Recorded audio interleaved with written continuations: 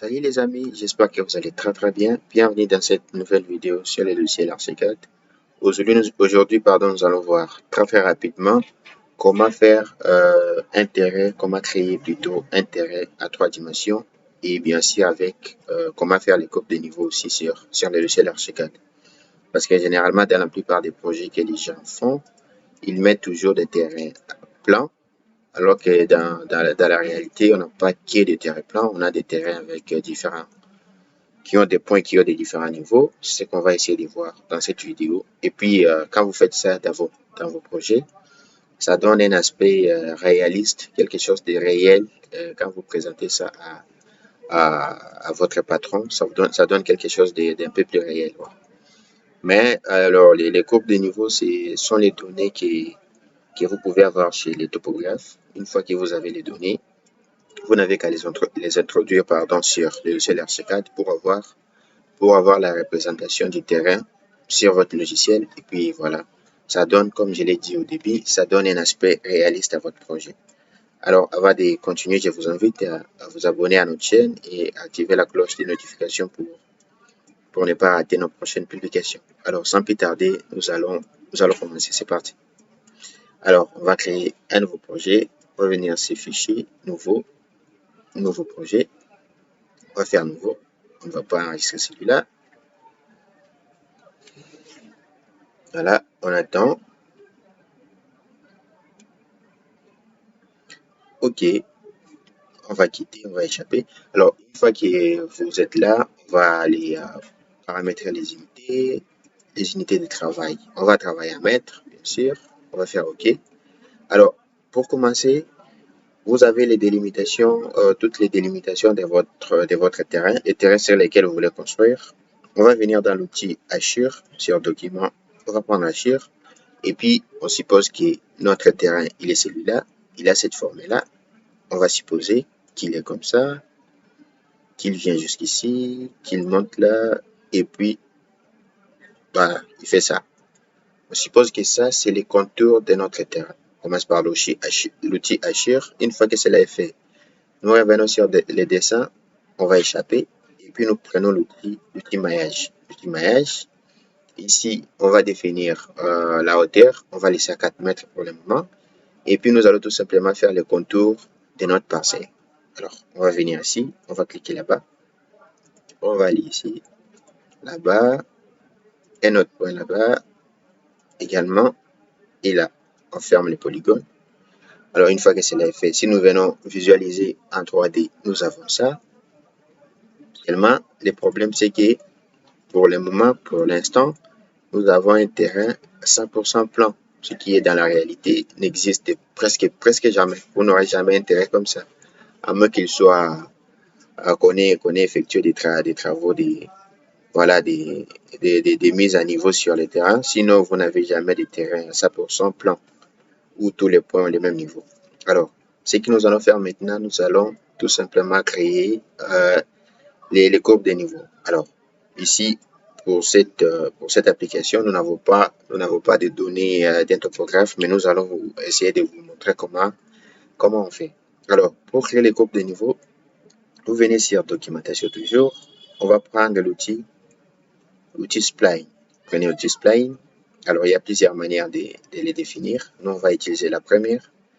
Alors, on va supposer que on a un point là-bas, à le même niveau ici, là,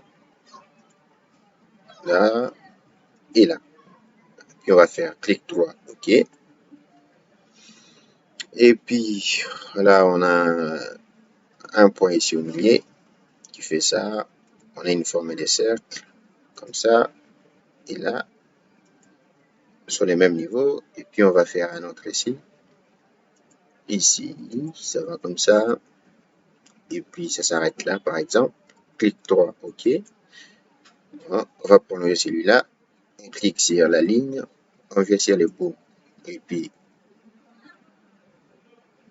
on va le prolonger. On va cliquer sur ça. On va les prolonger jusque là, par exemple. On va les déplacer là. Voilà.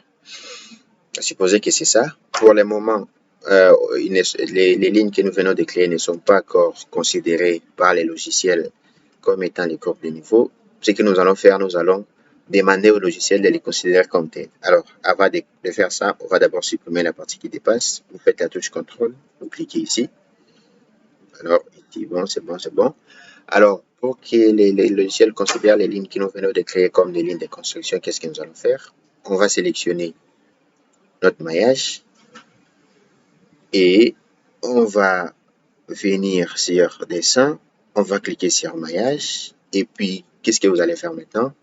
Vous maintenez la touche espace de votre clavier, la plus grande touche là, vous voyez sur votre clavier la touche espace, vous la maintenez et vous voyez mon curseur plutôt ça change de forme, vous voyez, quand j'appuie sur la touche espace, ça change les formes. Une fois que j'appuie, je viens sur la ligne que nous avons créée, vous cliquez et puis vous allez faire OK, raccord aux arrêts utilisateurs.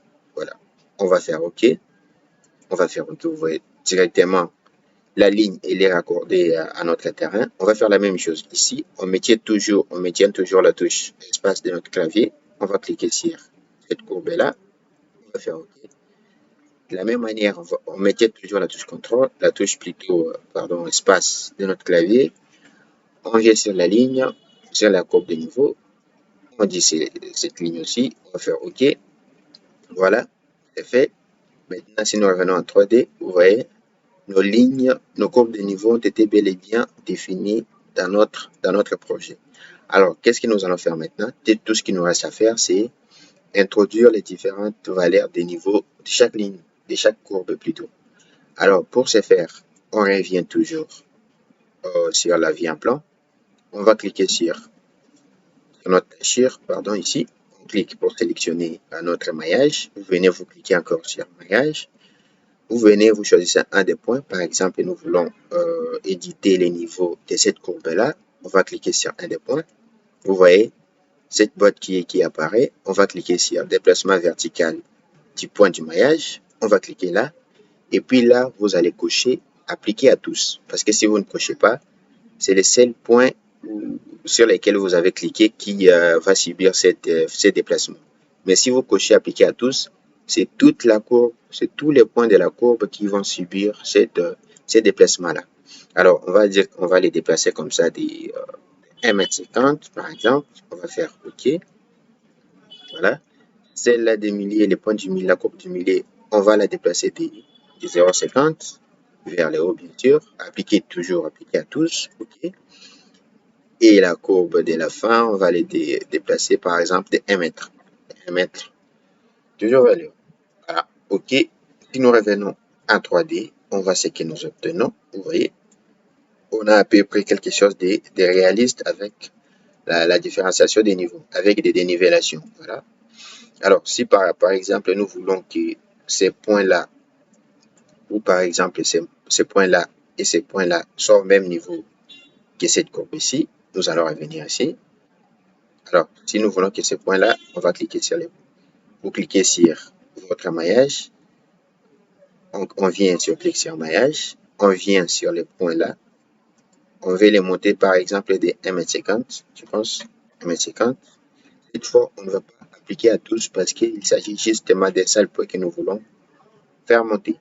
Voilà, on va faire OK. Et les points là également, je pense, oui, je pense 1,50 m, on va voir. 1,50 m, OK. Voilà, en 3D. Voilà, je voulais plutôt faire ces côtés-là, mais bon, c'est pas grave, mais au moins vous avez compris comment ça marche. Si nous revenons là-bas, cette fois, on va essayer de le faire. On était où déjà? Je suis perdu. Voilà, on est comme ça. Je suis là. Voilà, je suis de l'autre côté. Je suis de ces côtés-là. Ce côté-là, c'est à 1 mètre, je pense. On va cliquer ici. Là-bas, on va dire 1 mètre. OK. 1 mètre également. OK. Ici, je pense aussi 1 mètre. Alors, quand vous cliquez sur des points comme on est en train de le faire, il ne faut pas cocher la case appliquée à tous. On va faire OK. On revient en 3D. Vous voyez, maintenant, les coins ont les mêmes niveaux que cette partie-là. Vous voyez? Alors, si on veut voir ce que ça donne au niveau de la coupe est. Alors, on va venir ici, la coupe AA plutôt. Coupe AA, on va voir un peu. Vous voyez, ça donne quelque chose d'assez réaliste. Voilà la coupe de notre terrain. Si nous voulons voir la coupe bébé, on a ça.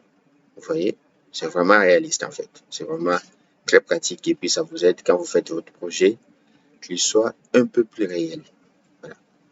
Alors, merci de nous avoir suivis. Si vous avez appris quelque chose, je vous invite à vous abonner, à liker la vidéo. Ça nous encourage et ça nous donne voilà l'envie de continuer à publier, à vous montrer des choses. Merci de nous avoir suivis et à la prochaine, j'espère.